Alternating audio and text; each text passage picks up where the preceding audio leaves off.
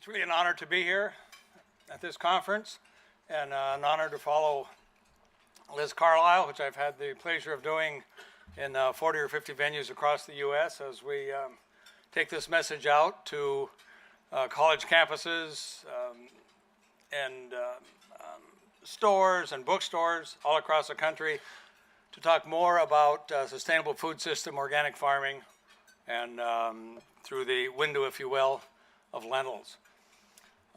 It's a pleasure to be on the same stage as and follow John Tester. As it turns out, we just finished cleaning a load of John's lentils here 2 or 3 weeks ago, and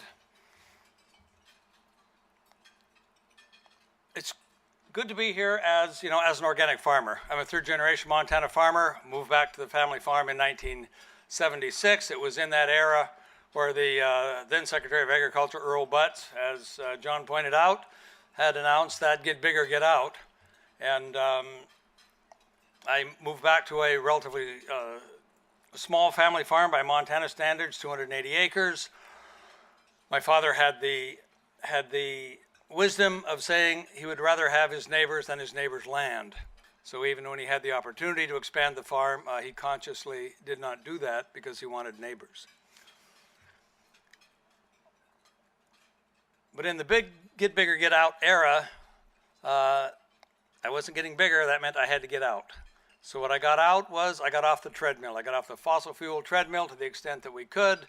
I got off the commodity wheat treadmill and got off the monocrop and monoculture wheat treadmill. And that's pretty much been the story of this business called Timeless Seeds and my own farm ever since that time. As Nate said, if you come to Timeless Seeds, you're subject to being bombarded about information about lentils.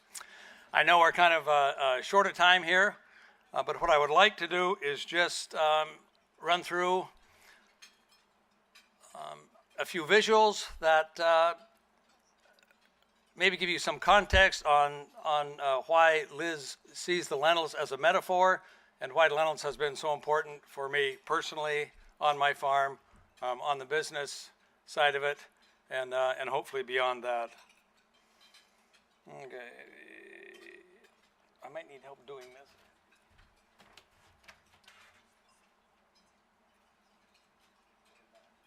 Beautiful, thank you.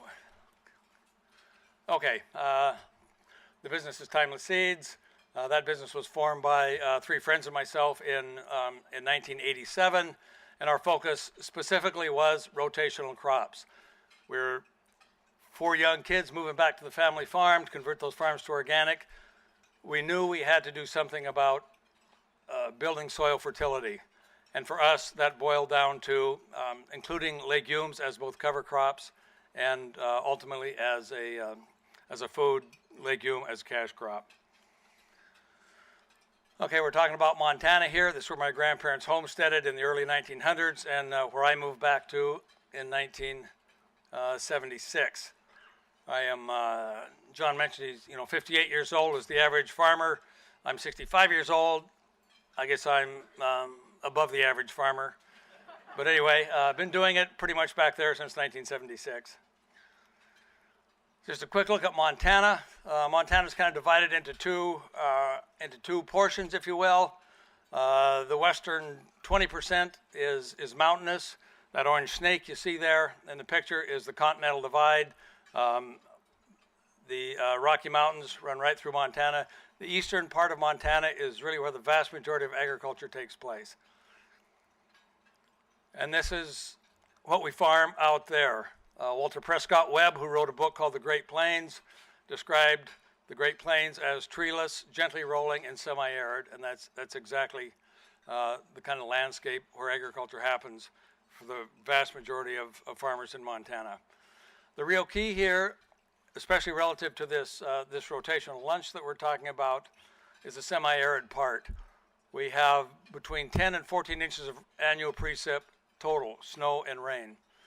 And what that does is that limits our choice of crops, and that it was really one of the primary drivers of why wheat became king over the last 50, 60 years in the state of Montana. Wheat, barley, and oats. Cereal grains, they're actually well adapted to semi-arid conditions, and that in combination with the federal farm program, which heavily subsidized the export crops like wheat and barley, is what created the situation when I moved back that we were pretty much fence row to fence row wheat, border to border in Montana wheat. We're talking about mechanized agriculture here. As John mentioned, his farm is 1,800 acres. The average farm across Montana is about 2,800 acres. And there are farms in Johns County and other counties that are 20,000, 30,000 acres. But the fact is that this is broad-scale agriculture out there, limited both by the rainfall and the values, the production per acre that can be produced. This is not vegetable ground where we can do $20,000, $30,000, $40,000 gross per acre. It's more like conventional farmers, maybe $200 or $300 gross per acre. Organic farmers, maybe more in the neighborhood of $400 or $500, maybe $600 per acre as the average production. So even the organic farms tend to be larger scale than they are in much of this country. 1,000 to 10,000 acres, kind of that range would be a fairly typical organic grain legume farm in eastern Montana. Okay, so why lentils? Why was I excited to tell Nate about this, and why you should be excited to be eating them today? Why they're important?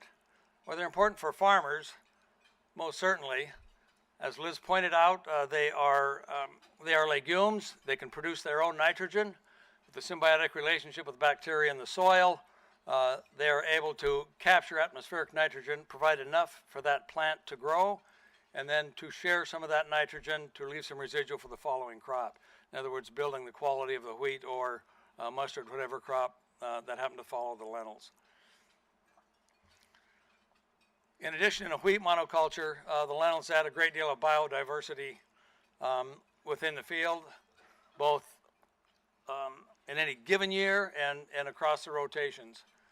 They break the disease cycles, the insect cycles that happen with a monoculture crop of any kind.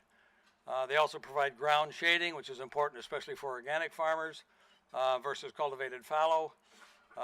And they build organic matter and they build biodiversity below ground as well as above the ground. They're drought tolerant, obviously important in our semi-arid environment. They're very frost hardy. We can literally get frost probably any month of the year except July. Typically we probably wouldn't get a frost. They're also very shallow rooted, root between 6 and 12 inches. So in a moisture limited area, it's important in a crop rotation to vary not only the species, the genuses that are grown, but also the rooting depths of the various crops. Okay, so these lentils, peas, and chickpeas, they're all cousins to each other, pulse crops, they tend to root fairly shallow, and the cereal grains and other crops tend to root more deeply. So in a rotation, the lentils might take moisture out of the top 10 or 12 inches and leaving the deeper moisture for the following crop. It's a short season crop. We have about 100 days growing season, and we're only growing them once a year, obviously. We're seeding about this time, April, early May, harvesting in July and August. That's what the lentil plant looks like at the time of harvest. Inside each of those pods is 1 or 2 lentil beans. Lentils were really not known to American agriculture until about 50, 60 years ago when they were introduced to the Palouse area of Washington and Idaho, and for many years that was the primary production area in the U.S. So why would you want to use them in the kitchen? Well, I'm sure there are nutritionists in the room, store owners and so forth, that know that they're actually just a powerhouse of nutrition. They cook in 5 to 10 minutes. They're a very versatile ingredient. They were one of the first crops domesticated, so they have an 8 to 10,000 year culinary history. So there's many, many ways to use that. I know most people, when they think of lentils, they think of lentil soup probably. But, you know, I mean, in salads, in lentil hummuses, sprouted, in desserts, there's all kinds of opportunities for chefs to incorporate these into the meal. Nutritionally, they are a powerhouse, very high in protein, no cholesterol, high in folates, very low glycemic index for people who have diabetes, gluten-free, to date non-GMO, thank goodness. They're also very high in antioxidants. Here's evidence of that. Everybody thinks of blueberries as being, you know, real antioxidant powerhouse. Turns out lentils have 56% more antioxidants in the raw form than blueberries do. Okay, so why do we want to eat these things now? Okay, people have been eating for 10,000 years. Should we keep eating them, you know? Okay, here's a graph that was put up by the Environmental Working Group 2 or 3 years ago. And it basically graphs the carbon footprint, the contribution of CO2, greenhouse gases, on various foods. On the left, you see lamb, beef, cheese. Down there in the middle, there are, you know, potatoes, rice, and so forth. Down on the lower end is tofu, dry beans. Lentils were the very lowest of any carbon footprint of any crop that they investigated. Okay, and there's a very good reason for that. They make their own nitrogen fertilizer. As Liz mentioned, 50% of the greenhouse contribution in the food system comes from synthetic fertilizer.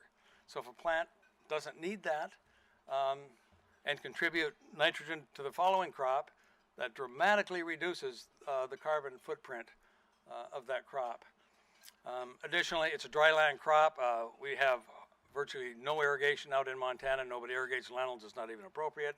But we're also not, you know, growing lentils, not pumping fossil fuel into pumping water to putting them on the lentils.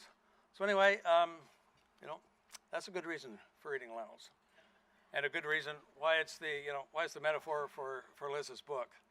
Okay, annual per capita consumption in the U.S. Meat. Any guess? 190 pounds per person per year. Per person consumption of meat per year in the U.S. Weight. Any guess?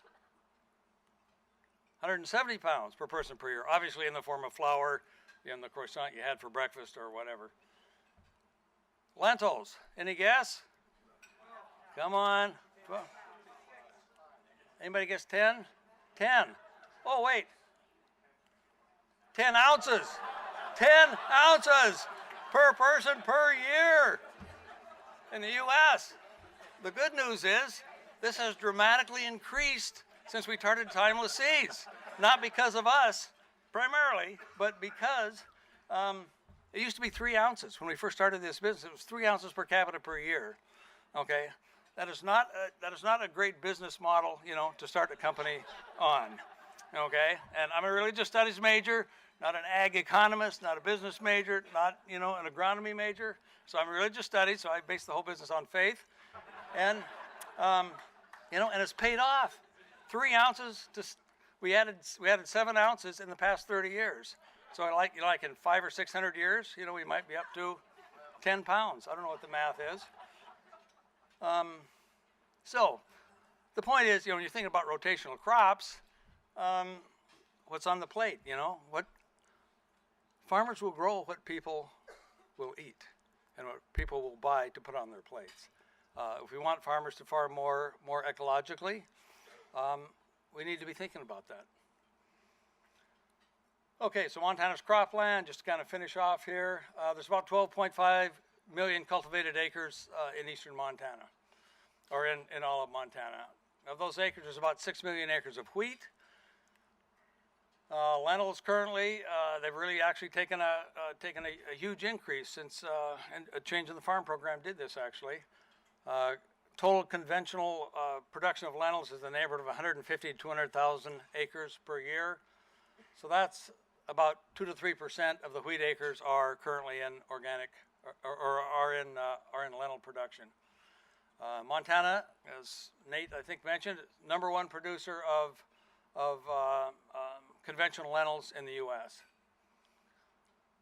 Organic cropland, we've got roughly 175,000 acres of organic cropland in the U.S. The Secretary mentioned that we really don't know what these numbers are, and that is a fact. So these organic numbers are a bit of extrapolation. and a bit of GIST by our organic program director in Montana. Wheat, there's kind of more or less 80,000 acres currently in Montana. Lentil production in Montana, organic lentils in the neighborhood of 5,000 to 6,000 acres probably. And so that's 6 to 7% of the organic wheat acres. So we're actually ahead of what the conventional growers are on a percentage basis. You know, part of our concerns here is the supply chain for the organic needs, for the organic market. You know, if we go back here, okay, we've got 180,000 acres, say, of organic acres. We've got about 12.5 million conventional acres. So, you know, there's a huge opportunity for the conversion of conventional acres to organic production.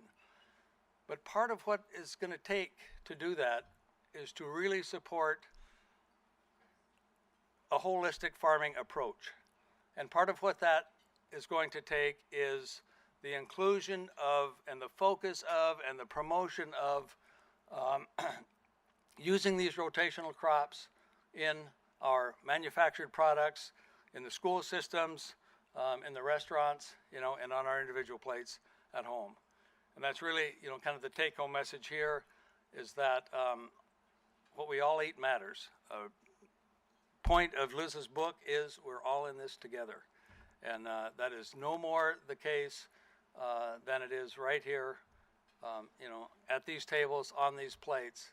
What you eat makes a difference on what organic farmers grow. Thank you.